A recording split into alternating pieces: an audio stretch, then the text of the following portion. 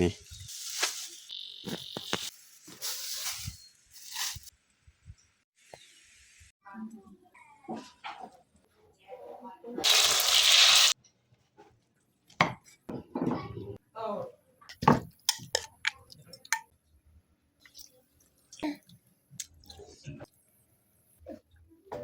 อย่าลืมกดไลค์กดแชร์และกดติดตามเด้อพี่น้อง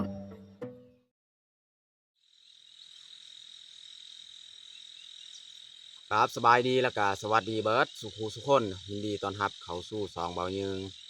มื้อนี้ก็มาสืบต่อเฮ็ดเที่ยงของเฮามื้อนี้แม่นเฮาจะมุ่งเนาะ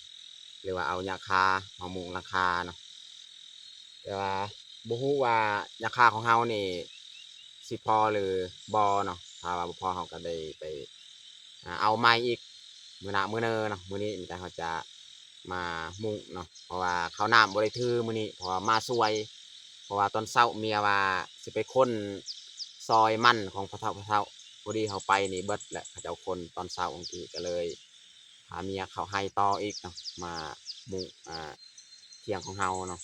หลังจากเขามุงแล้วจึงคอยกลับบ้านเห็ดกินเห็ดยากอยู่บ้านเนาะโอเคมันแต่ทุกคนติดตามเบิ้งติดตามชมกับพวกเฮาได้ยาวๆเลยมันแต่เฮาสีลงไปเอาหญ้าคาแถวไว้อยู่ลุ่มพูนพี่น้องอยู่บอนต้นตาวหั่นเนาะเอามาอยู่นี่เนาะแล้วก็เฮาสี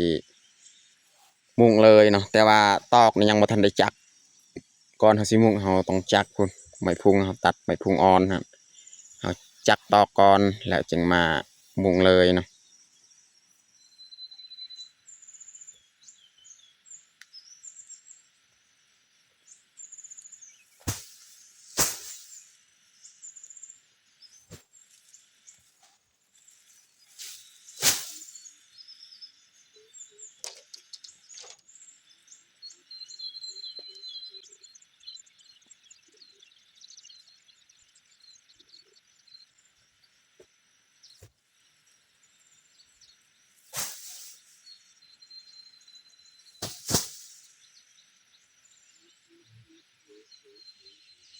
เอาแบกเรียบร้อยเนาะหญ้าคาของเฮาแต่เฮาสิจักตอกนี่ตัดไม้พุงจักตอกก่อน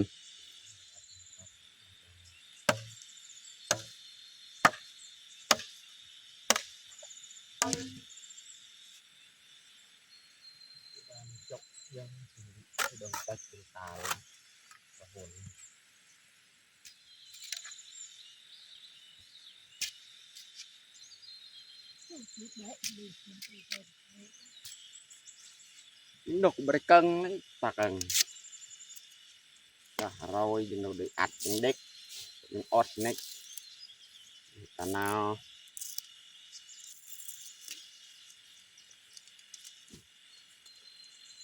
เฮาจักตอกกันก่อนพี่น้องเนาะค่อยมามุงเนาะ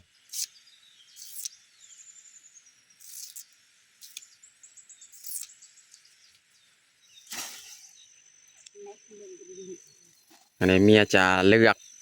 เบิ่งมัดหญ้าคาตัวใดมันสั้นตัวใดมันยาวกองไว้บอนเดียวเพื่อสะดวกเวลาเราเอามามุงเนาะตัวสั้นบอนเดียวตัวยาวบอนเดียวกองไว้มันยังบ่ทันพอเนาะหญ้าคาเนี่ยเราต้องได้ไปเอาไม้อีกเนาะพี่น้องเบิ่งเถียงของเรานี่มันกว้างมันใหญ่นะ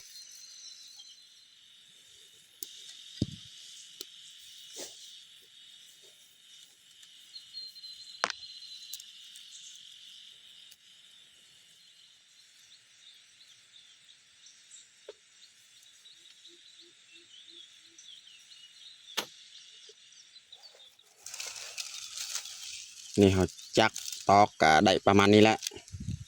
เรามันยัดใส่กระบัง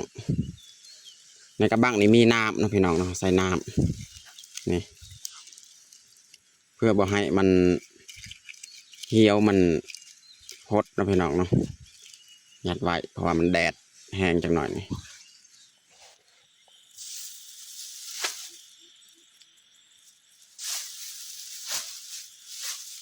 เราจะเริ่มเอามาซานเลยพี่น้องเนาะเรียกว่ามุ้งเนาะเราจะมุ้งเลยนะพี่น้อง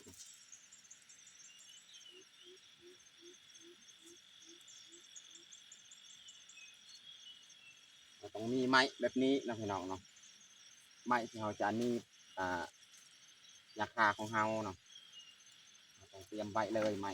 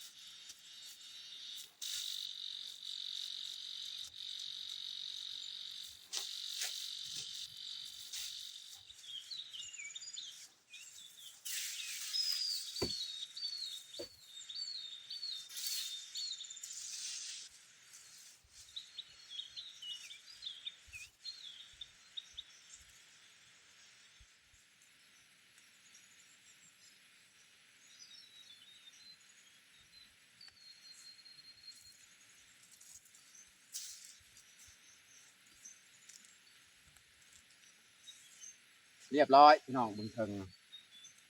แล้วก็มุงบึงนี่อีกเนาะแล้วก็ลบหลังคาแต่ว่าหลังคาของเฮานี่เบิดก้อนเลยฮันบ่พอแล้วพี่น้องเนาะ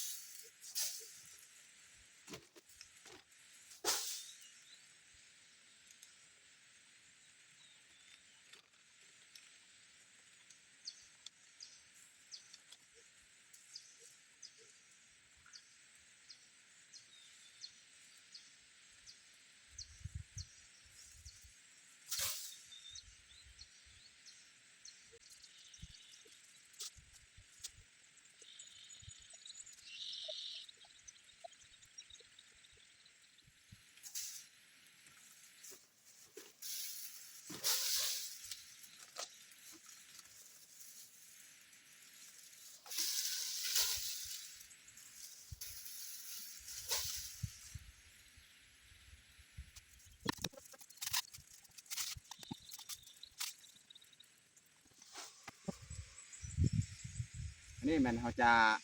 มุงสันทายแล้วนี่แต่ว่าตัวนี้แล้วแต่เขาจะลบแต่ว่าหลังคาของเฮานี่เบิดก้อนแล้วเราจะมุงไว้ตรงนี้แหละพี่น้อง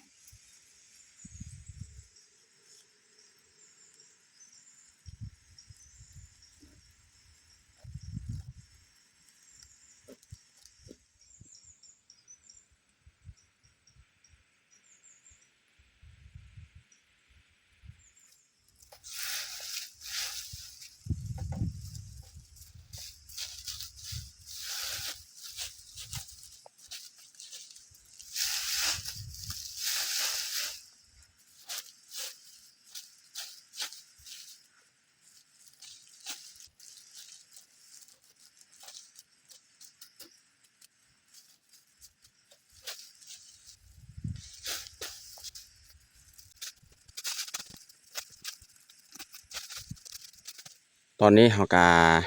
มุ่งได้สำนี้แล้วพี่น้องเพราะว่าราคาของเฮาเบิดแหละแต่เฮาสิไปเกี่ยวเอาตัวใหม่อีกเนาะนี่พี่น้องเบิ่ง2 สั้นเฮามุ่งเบิ่งนี่นะแล้วก็ย่างทางหันนะแล้วก็ลบอีกนะ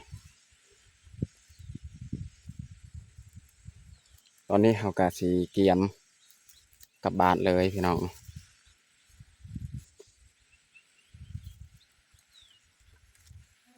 cái rau thì em tặng luôn cả cái lẩu lẩu người có thịt tươi phải không ạ?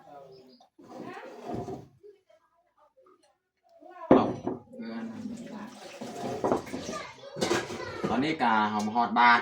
วันนี้เฮาสิมาเฮ็ดอาหารเที่ยงกินเนาะก็คือเฮาสิตำมักทั่วเนาะแล้วก็สิทอดไข่เนาะไข่นี่5 หน่วยเอามาทอดไข่ไก่บ้านเนาะอันนี้ไข่ที่เฮาฝักไว้แต่ว่าแม่มันตายไปก็เลยเอามาทอดกินเนาะอันนี้แม่นมากทั่วสีตำส้ม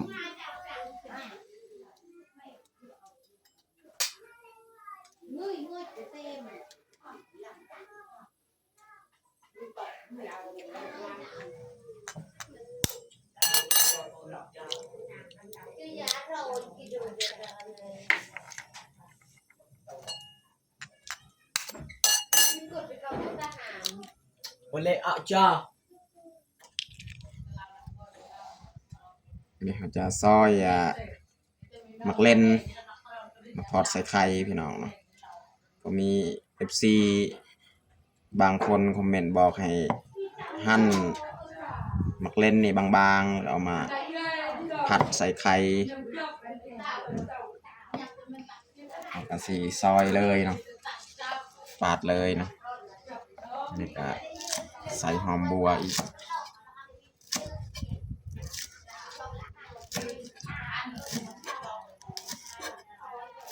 วันนี้เราจะปรุงเลยใส่ผงนัวใส่เกลือ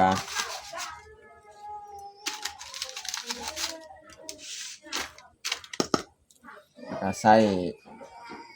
เครื่องหอมที่เราซอยไว้มักพริกนี่เราจะบริใส่เพราะว่าน้องแพงน้องพลอยก็กินน้ำ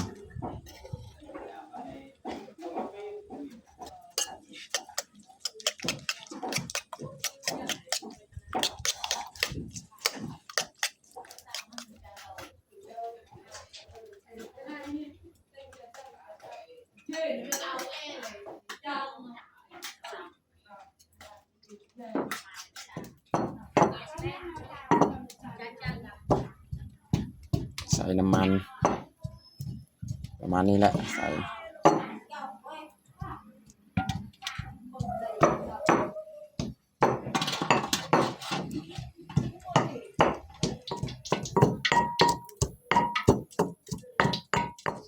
นี่เราจะซอยหมักถั่วของเราเลยเนี่ยจะตำพริกกระเทียมสิตำหมักถั่ว Come on.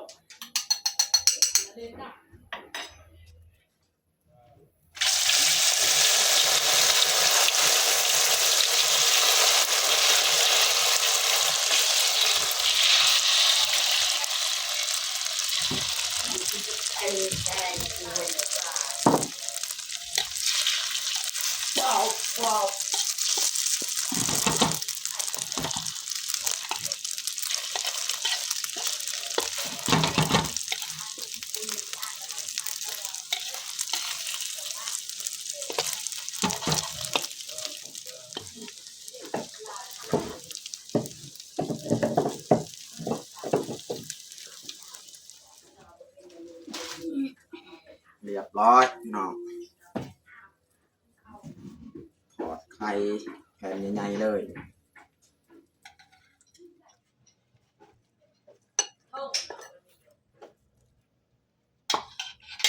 เรียบร้อยพี่น้องวันนี้เราจะใส่เลยมักถั่วของเรา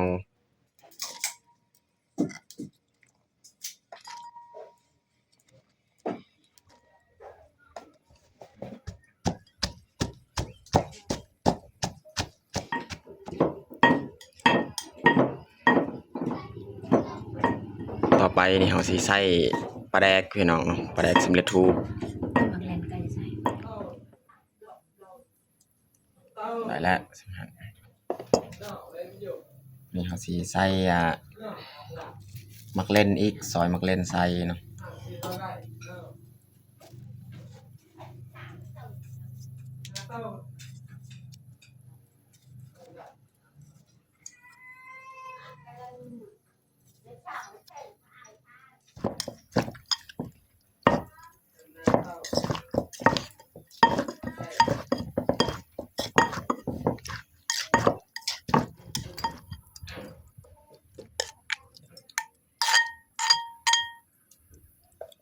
เรียบร้อย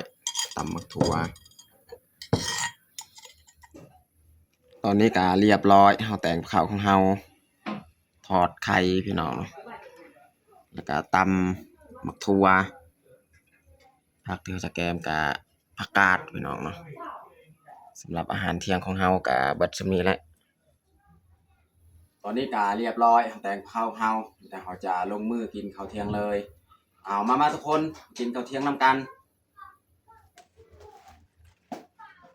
น้องพลอยนี่บ่อยู่บ้านนะไปเล่น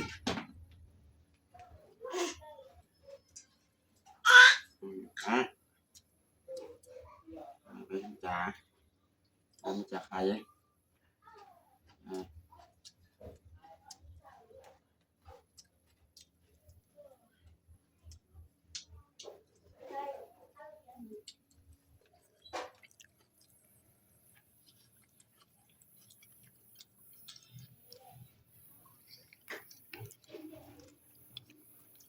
ก็